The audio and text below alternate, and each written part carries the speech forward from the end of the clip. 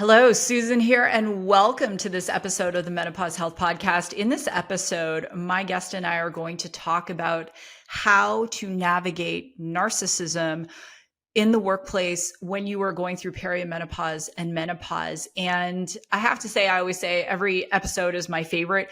This one is off the chart. I took 6 pages of notes, and my guest today is the unequivocal global expert on how to deal with high conflict resolution, negotiation, and of course, difficult personalities, aka narcissists. She is an attorney. She grew the biggest law practice in Southeast Florida. She has appeared on Extra, in Times, Forbes, Newsweek, NPR, and others. She is a best-selling author. She has a YouTube channel with over almost 500,000 subscribers, over 50 million views of her videos. She is a sought after speaker. She is being hired by corporations to come in and help them with their high conflict resolution strategy. And she happens to be one of my best friends on the planet. So my guest today is none other than Rebecca Zung. And when you get into the show with Rebecca and I, we are going to talk about how to recognize a difficult personality, not to second guess yourself, especially if you're dealing with perimenopause and menopause symptoms, how to resolve conflicts, and how to reclaim your power. Yes, which is amazing. And before we get into the show, if you haven't checked it out yet, the Pause app is live. So not only when you're onboarding do you get to gauge your stage, there are 10 stages of perimenopause and menopause. Who knew? That's number one. Number two, when you sync your Apple Watch, you will be able to get a daily resilience score. So you can stop second guessing yourself. Can I push it today? Or do I need to dial it back? And most importantly, you get a 24/7 AI menopause companion Harmony. We are getting rave reviews. So go to the App Store, is available in iOS, and find the Pause app and download it today. It is life changing. So with that, let's get into this episode of the show with my amazing friend and sister from another mister, the one and only Rebecca Zung.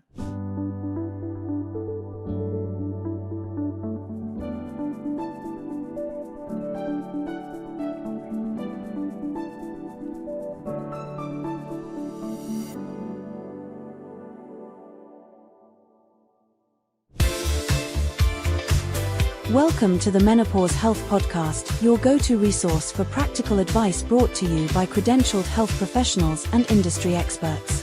Here is your host, Susan Sly.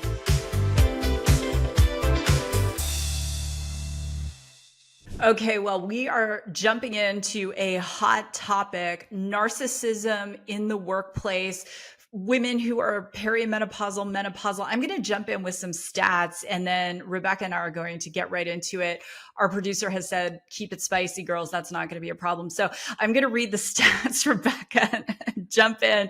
So one of the surveys I read revealed that over 65% of women reported their work performance suffered due to menopausal symptoms. So thinking hot flashes, brain fog, heat surges, I call them, not quite the same as a full-on hot flash, mental, emotional symptoms, fatigue, and then 54% affected with fatigue, 47% difficulty sleeping, poor concentration, 44%, memory lapses, 40%. And the Mayo Clinic said in 2023 that menopause-related productivity cost the U.S. economy over $1.8 billion annually. But if you added medical costs, it was $26.6 billion.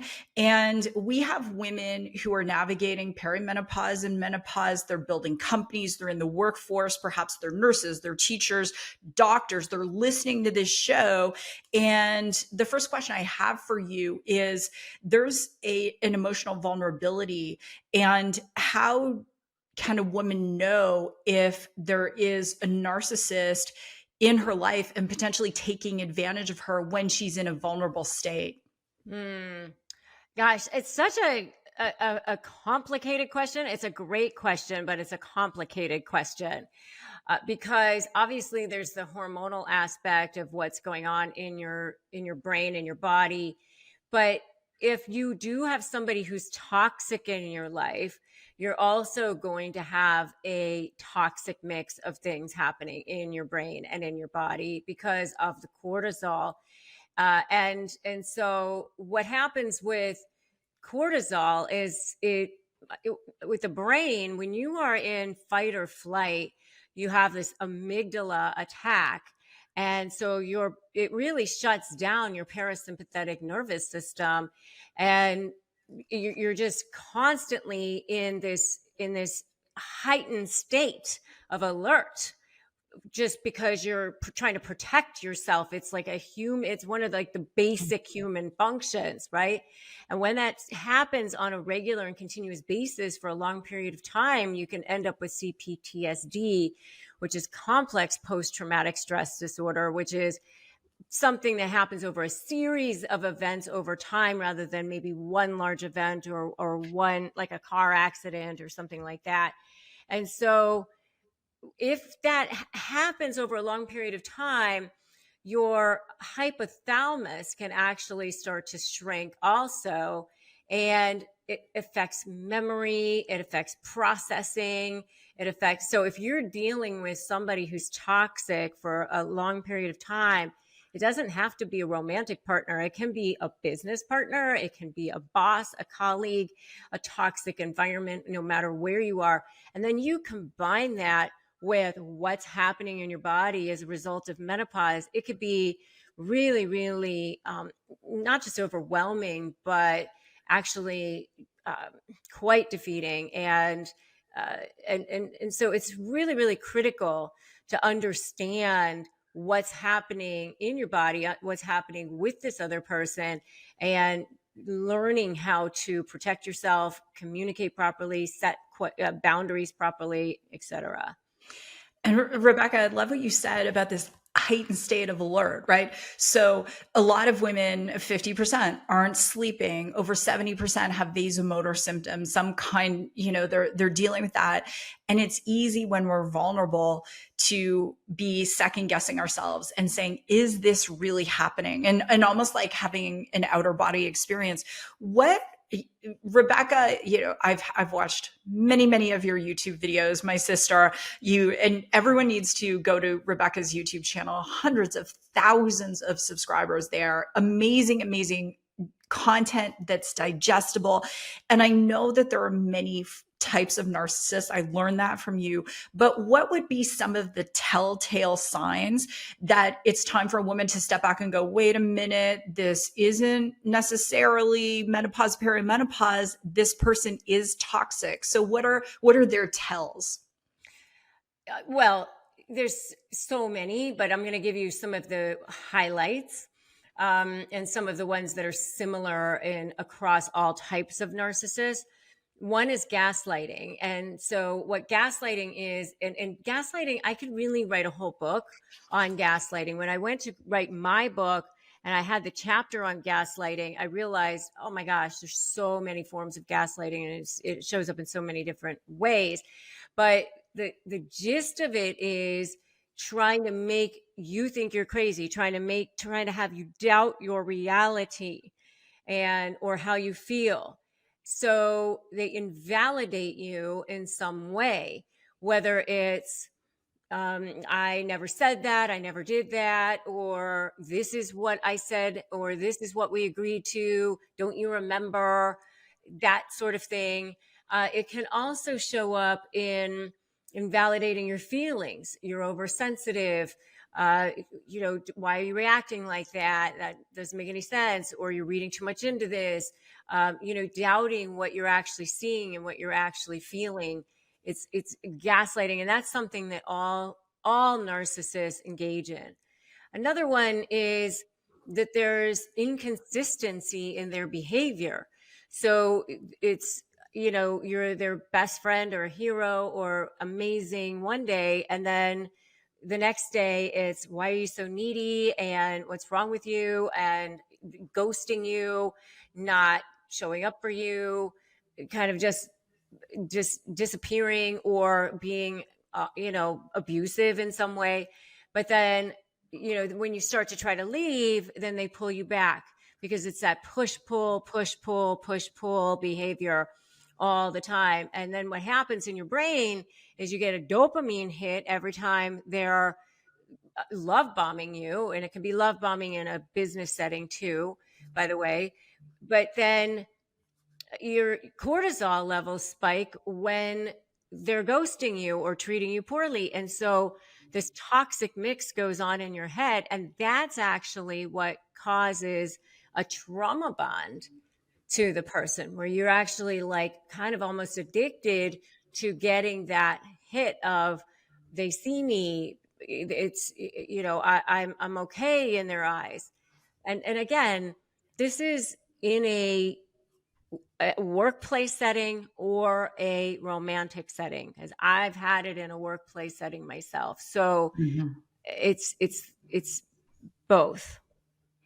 Rebecca, so I'm writing so people listening, I am writing copious notes, and the gaslighting piece, just going back to that, so many people have heard the term gaslighting, and I love how you broke it down, because it's often used like, don't gaslight me, but what does it really mean? And this concept of being invalidated, validating our feelings, and then on top of it, when we are going through physical symptoms of menopause, we had Andrea Campbell, nurse practitioner, on the show, and she was talking about the 30 symptoms of perimenopause. Rebecca, I had no idea. My background is technology. I had no idea there were 30 symptoms: itchy skin, frozen shoulder, things that you wouldn't attribute to menopause. You have had both of those, by the way. Yeah. And here, this with gaslighting, it's this nuance. So we're suffering in our physical body often, we're second guessing ourselves, and then there's a person who in different categories of narcissists taking advantage of us, and at the same point breaking it down about the inconsistency in the behavior. Genius as always, because when we look at that, a lot of women are addicted to feeling bad. And as you said, it's this pull, this push, feeling invalidated, and then suddenly they're in your life again. And I have experienced that too. It's that doesn't return the text, business relationship, and then suddenly texting nonstop. Oh, this is when I'm available, or this is, I'm like, I'm so beyond that now, but I used to show up for it because I felt like I didn't deserve to be respected and didn't deserve to feel good. And so, Rebecca, let's say someone's listening and they're like, preach it, girls. This is happening to me. What is step one? Now that there's a realization? Absolutely. So I have a 3-part process that I call your 180, your U-turn, right? Because you're feeling at the effect of, and you want to feel offensive and not defensive. You want to feel like you are the oak tree in the wind, like you're rooted and you're planted and they can do whatever they want. I always say your goal is to be like Glinda in Wizard of Oz, where the Wicked Witch came around and she was like, go away, you have no power here, please, lady, like, do not even, you're like a gnat in my space over here.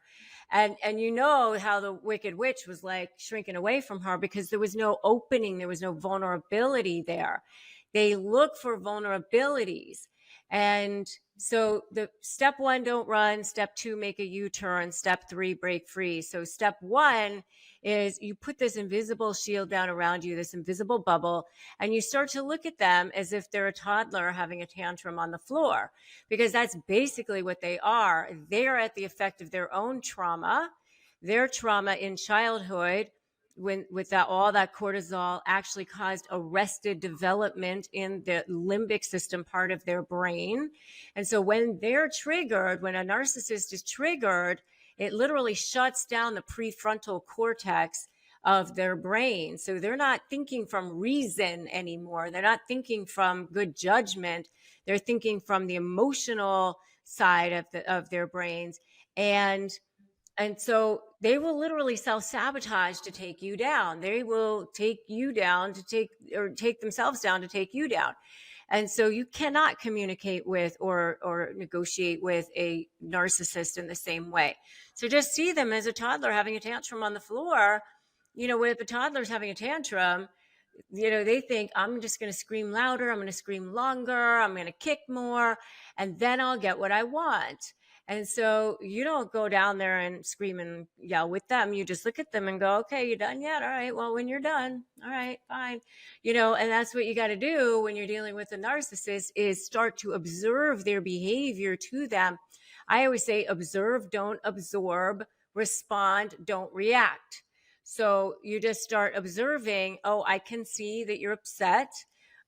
We can have this conversation when you've calmed down. This approach is not working for me. Or you can just say, thank you for the feedback, just whatever. And then one thing, and you'll appreciate this, is my sister.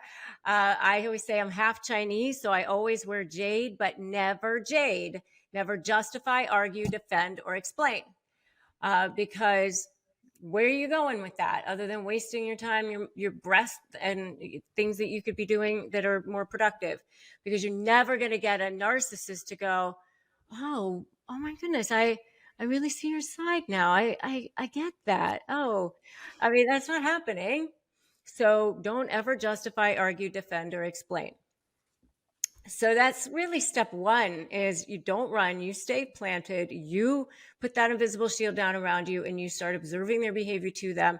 Another thing I say is SOS, which is stop, observe, then speak. Because if you just take a breath before you speak, you'll realize, wait a minute, don't let myself get triggered here. Because it's about them. When they behave that way, it's about them. It's never about you. So just take a breath and then speak. Rebecca, writing super fast. And as an origin story, if Rebecca and I were superheroes, which we are, Right. Between us, we have 8 children. And Right. so when Rebecca's talking about toddler behavior, all moms are superheroes. When Rebecca's talking about toddler behavior, we know from whence we have had such experience. And Rebecca and I met through Mark Victor Hansen, who always said, Susan, write with purple pens, because purple is the color of royalty, prosperity. So my purple pen is going a million miles an hour. I love that. And like Prince is awesome too. Like, that's just so cool. I love that. That's just amazing. Right? So all my pens are purple. And Rebecca, as all the years I've known you, I love the JADE acronym, because it's so easy that person is there and we're already feeling vulnerable. We're already feeling not ourselves. The statistic is women, just hot flashes alone can last women 7.5 years. Mm-hmm. So we're already feeling like our bodies are not controlling us. And now we're dealing with a narcissist who is gaslighting us, trying to get their fix on us. We're already feeling vulnerable. Maybe we have brain fog, which is a real symptom. Another symptom that women are experiencing that's being more studied now is heightened anxiety. And menopausal women, it's a fast growing segment of suicide statistics, which is so sad. So we possibly are already feeling in a very vulnerable state. Now we're dealing with someone, whether they're taking advantage of our physical symptoms or not. And now we've got to work extra hard. And that's why I love the acronyms. And Glinda, it's like, no, I have my invisible shield, and, just you do you, boo. Yeah, you have no power here. Go away, please. Yeah. Do not waste my time and my energies, my space. Yeah. And I want to add to a couple of your statistics. Up to 42% of a entrepreneur's day, a business owner's day, is spent dealing with high conflict personalities. And companies spent close to $400 billion last year on high conflict issues. So, I mean, this is why I just actually started Harmony Works, which is the enterprise arm of my company, and we're now coaching companies. And I actually just got certified as a government contractor as well, to start doing government contracts, because it is an epidemic.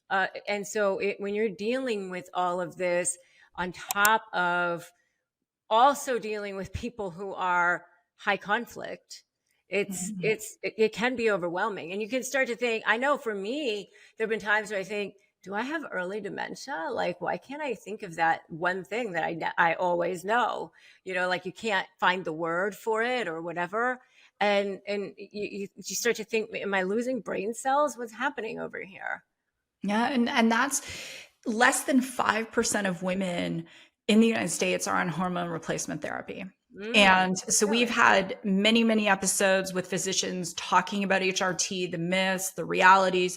And that's why even with the Pause app and Harmony, the 24/7 menopause companion, that whether it's 2 a.m, she's there. No, you are not likely going crazy. This is normal. You're here. Just get it together, girl. You're going to be fine.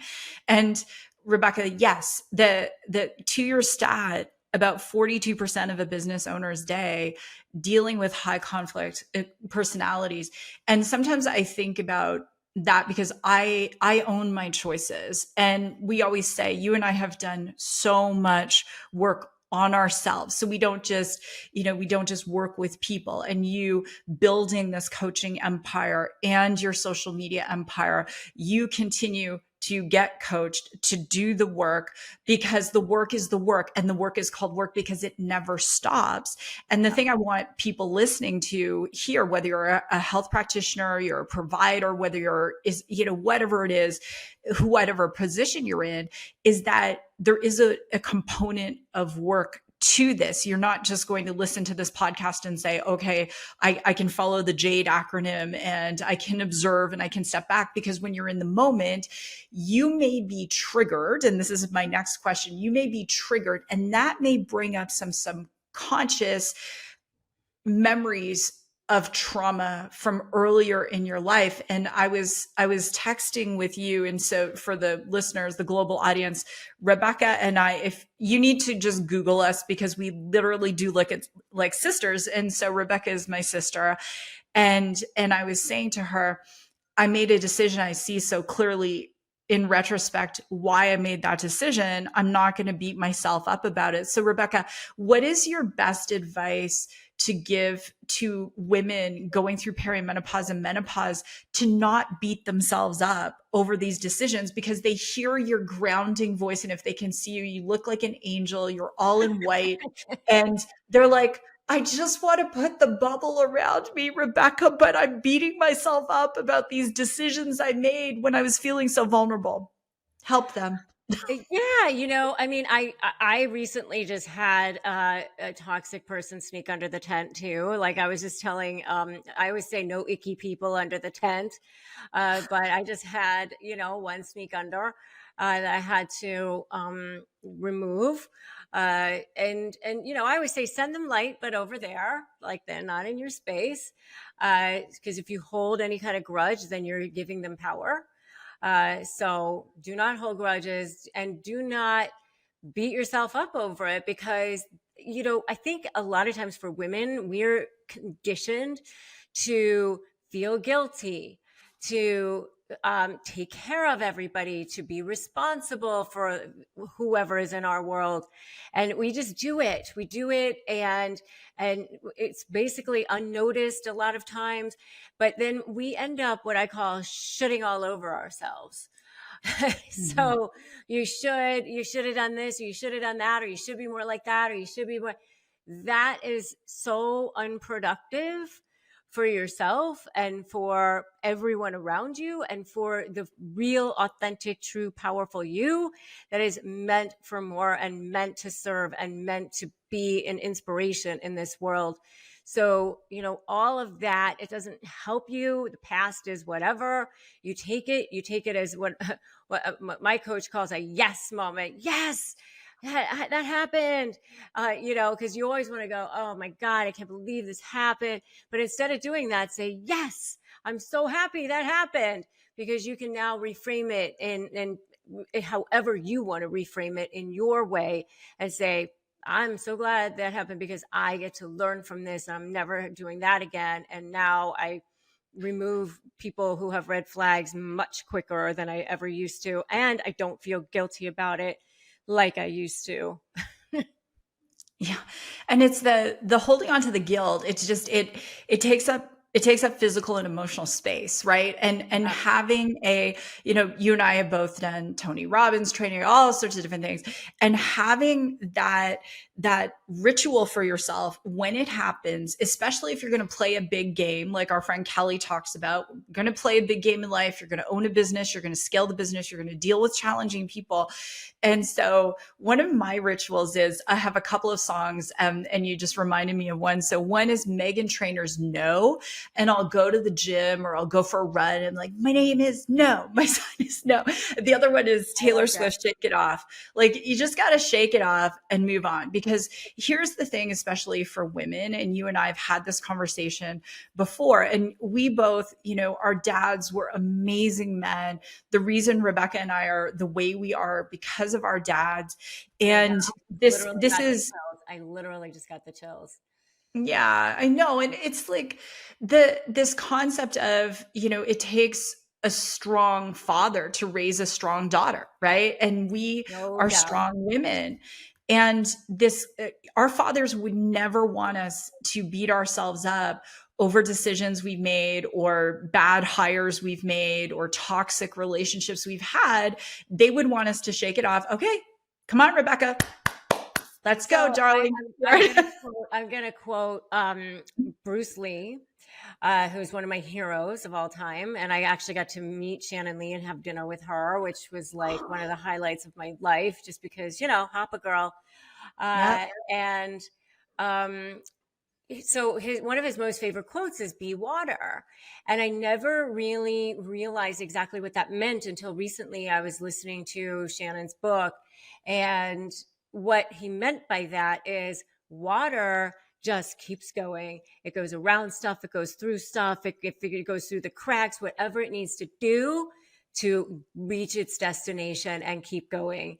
And it's pure, but it's also strong.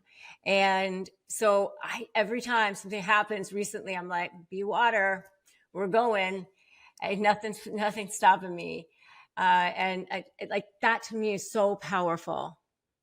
It is. And I was thinking as you're saying that about companies and CEOs. And for myself as a CEO, especially in AI, right? One of the things I look at is, who do people need me to be, and showing up as that version of myself, which is like water, which is calm. And I was raised, as you know, in a Buddhist, Jewish, Christian household. And this, right? And this whole sense, it's this calmness, which comes from within. So the wind is blowing and things are shaking, and you have to be the calm in the storm, especially whatever it is that you do to play big. Rebecca, I want to ask you, because what keeps coming up for me is the conflict resolution. So you said that, I'm just looking, when you leave, they're going to try and pull you back. Someone listening to this, they're negotiating right now. I mean, this is you are, in my opinion, which is very biased about you, the number one expert in the world in this, negotiating with the narcissist. So let's say someone's listening and they're in this right now, and they're not sleeping, and they're dealing with hormonal fluctuations, and how do they get to resolution? Well, that goes to the SLAY methodology, which is strategy, leverage, anticipate, and you. Strategy is create that strong vision. What is it that you want? I mean, and this really works for anything in life. You can't get to a destination if you don't know where you're going. And so I literally just wrote my 90-day plan out yesterday. Where am I going to be by the end of January? Because, if you pull yourself toward your future instead of thinking from the past, then you'll be able to create something new. If you just create from the past, you're going to have a default future. And so you have to pull yourself toward your future. And so that's your strategy. Leverage is creating leverage such that you're going to threaten a source of supply that's more important for them to protect or defend than the supply that they get from manipulating you. Because what happens with narcissists or high conflict personalities is there's really two levels of supply. And I actually got to interview Sam Vaknin, who's one of the foremost authorities on this, and he completely backed up what I say here. And that is that the first level, the first tier of supply is their image, their reputation, how they look to the world, how they look to people that matter to them. Their second tier of supply is manipulating, is the condescension, is the smearing, is all of that. They want all forms of supply. They're like a drug addict. If this high level cocaine is their favorite, okay, but they still love the crack or whatever's cheaper. I don't even know because I don't do drugs, but so that's, they're still gonna want it all. And so you have to create a situation where there's leverage. And I'm really happy to say, thanks to knowing Susan and other amazing AI experts, I have AI in my program now, which helps you create leverage. So I created a personalized GPT, a curated GPT, which is programmed with all of my books, my YouTube videos, my materials, everything. So it knows how to create leverage based on how I teach. And so you can actually upload your PDFs, your social media, your emails, your texts, whatever you want to upload, and say, help me create leverage the way Rebecca Zung would do it. And it'll literally spit out 10 different arguments for you. Here's inconsistent statements. Oh, here's where they refuse to do this, or here's where and it'll pull out the exact supporting documentation for you. It's actually like magic, but that's what you need to do, because they don't ever think that you're going to keep track, and they always behave badly. So whether it's inconsistent statements, lying, not paying on time, or whatever it is, there's always something that you can pull out, and then you threaten that source of supply. You go, okay, how can you do that? How do you threaten it? Is it through a potential lawsuit? Is it through a potential, grievance, to whatever the authorities need to be grieved, that's the kind of thing that you have to do. And you're using their own behavior. So there's nothing wrong with doing it. You're literally just saying, this is what you did. And, I always laugh because I put something on my Instagram recently. It's like, how dare you ruin my reputation by telling people about the things I actually did? That's basically what you threaten to do. And then the A is anticipating what they're going to do, being 2 steps ahead of them. I have about 50 ways of doing that and shutting it down, because they're going to try to bait you and trigger you. And then Y is the you. That's your 100% intention, your mindset, 100% that you're going to win. I used to say that 80% of a negotiation was won before you walked into a room. But then I interviewed Bob Proctor, and he corrected me on my own podcast and said, no, it's 100. And I was like, you know what? He is right. It is 100. Because if you don't think you can get the result that you want, nobody can help you. Absolutely. Bob Proctor was amazing. I was backstage with him at an event, and he was so darling. A friend of mine was a big fan, and I was like, Bob, can we, we were both speaking, and can we do a video? And he was so sweet. Rebecca, that in going in reverse engineering, and it's how we're deciding to show up, right? Amy Cuddy's work, like get in your power pose.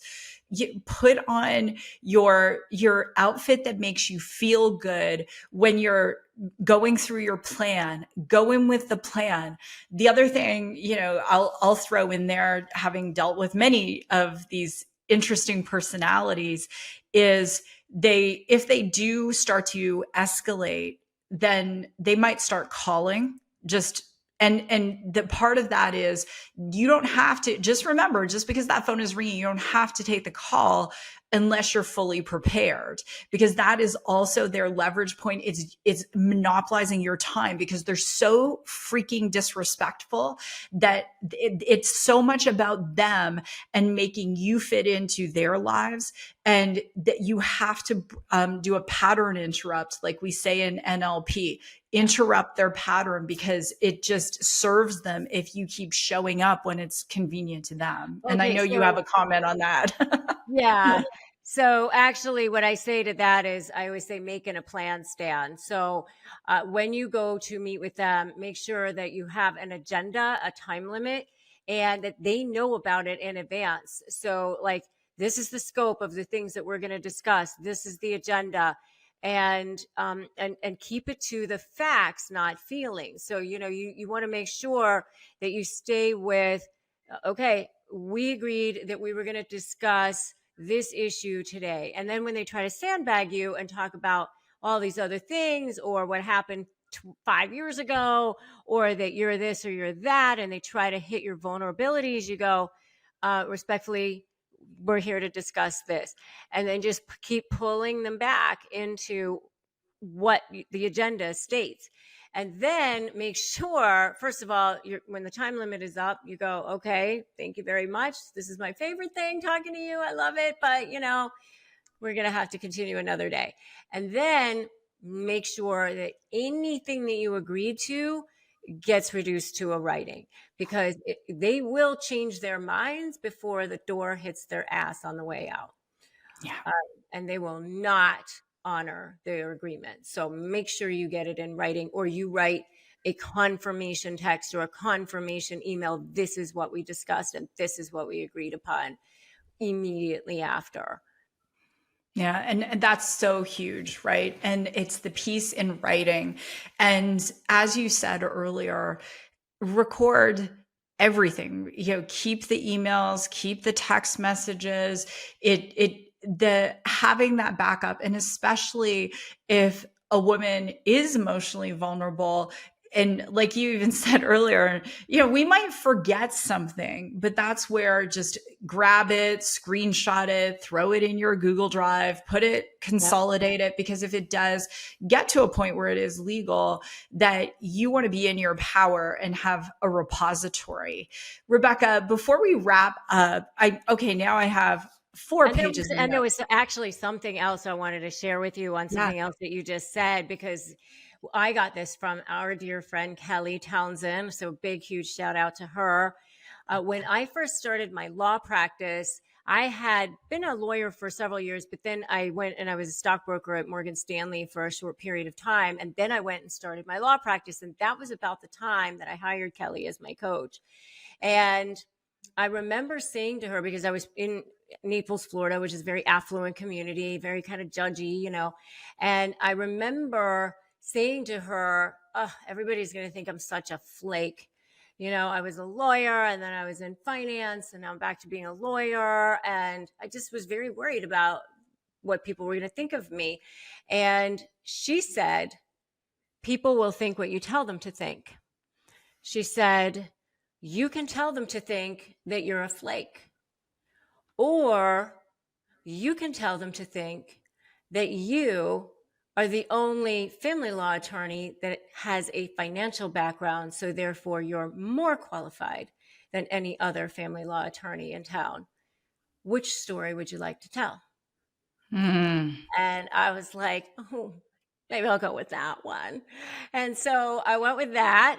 And let me tell you, within 2 years, I had the top family law practice in that state. And I was representing billionaires, celebrities, CEOs, people who were very clearly not going to be hiring a flake.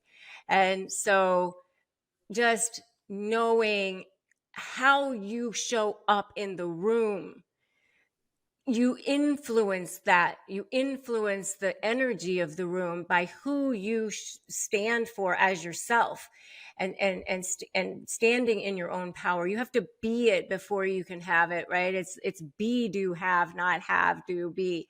And so you have to be that energy and be that person. And then you will actually see that narcissists will change how they interact with you too. But people Absolutely. will think what you have on the thing. And Rebecca, so that's what I was going to ask you, of course, right? So you knew that thought coming in, and it just my first job, as you know, out of college was federal law enforcement in Canada. And one of the things that we were always trained was that when someone is an offender, they will look for someone who's to attack, who's not paying attention, who's, not strong, whose head is down. They look for the deer in the headlights person. And what I'm hearing from you is a lot of narcissists are going to look for women who are not strong, who are not going to make their life harder because they want that fix, right?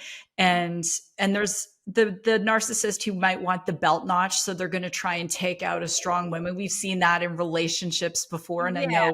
Yeah, they attack them. I mean, they attach themselves to you because you have so much value, not because you have so little. And they do like people who look good to them. So it could be a strong woman. It could be somebody, because, it's not going to do anything for them to devalue like the clearance rack item, right? They want to devalue something that has value.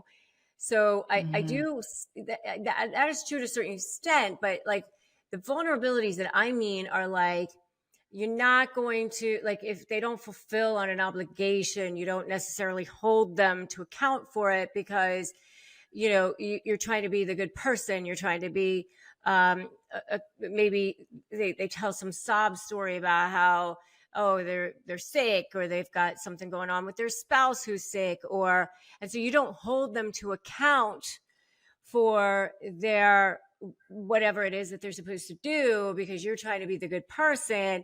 And I know for myself, I spent a lot of years like trying to prove my worth by working harder, being smarter, trying to do this, and if I just do this, then they'll see how valuable that I am, and so narcissists are perfect target. I mean, you're a perfect target for that. But the truth of the matter is that they're way more afraid of you than you are of them. I mean, that's just the truth. And that's that piece. We forget our power. And thank you for that, because when we start to think about how we see ourselves in that situation with a narcissist versus how they're seeing us, right? And this enhanced, I had a coach once who said, never make a decision if HALT, this was her acronym. You've had so many beautiful acronyms, right? This was hers. If you're hungry, angry, lonely, or tired, and you need to halt, you need to step back. And because it's so easy for us to lose our perspective of our badassery, especially, if we're already going through perimenopause and menopause, and then on top of it, dealing with this. My final question for you, that you have incredible resources, and we will put them all in the show notes. And for anyone listening, men, women, Rebecca's work is for everybody. Where's the go-to place for them to get plugged into your community, to get the resources? I know you have some free gifts as well. Oh, yeah. Thank you for remembering that. I probably should have brought it up before when you asked me about step one. But I have Disarm the Narc phrases, so you can get those for free at disarmthenarc.com. I have so many free resources, docthenarc.com for documenting. I have a whole resource there on how to document properly. If you go to my website, which is my brand new website, which I love. I have a whole page of free resources there, so go check that out. And my YouTube obviously is free, which is RebeccaZung.tv. And, I would just, my Instagram is obviously at Rebecca Zung, and my book is Slay the Bully, How to Negotiate with a Narcissist and Win, which you can get anywhere the books are sold. My sister, thank you so much. And sister. we will put these in the show notes. And how is it after all these years of friendship and sisterhood? Again, this is a testament to you that now I'm at almost 6 pages of notes and scribble. I'm gonna need to scan them into an AI to be like, what the heck? But fortunately, we use AI to aggregate the show, so I'll have to reread them again. Rebecca, I love you so much, and thank you for your heart to serve, because there are 50 million in the United States, 50 million women in the United States alone going through menopause right now. Wow. We look at it's approaching 1 billion women on the planet. And as all of the things we're dealing with, a lot of people talk about the symptoms and sometimes joke about the symptoms. The symptoms are no joke, and the mental emotional symptoms are no joke. And how we show up and remember our power is something that's essential, because we'll never conquer our what's going on in our bodies unless we can conquer what's going on in our minds. So I love you. Hopefully our producer thinks this is spicy enough. I don't know. Oh, well, I hope so, but I love you too. I mean, I love what you're up to in the world and doing great things. And of course, because you're you, it's going to be absolutely the best and amazing, because that's you. Well, thank you. Well, for everyone listening, this has been another episode of the Menopause Health Podcast. And if you love the show, give us a 5-star review and actually write something. We would love that. Share the show with your friends, and I will see you all in the next episode. This Menopause Health Podcast is brought to you by The Pause Technologies. To find out more, visit thepause.ai and follow us on your favorite social media channels. Don't forget to hit the subscribe button, share the show, and connect with us. We will see you in the next episode.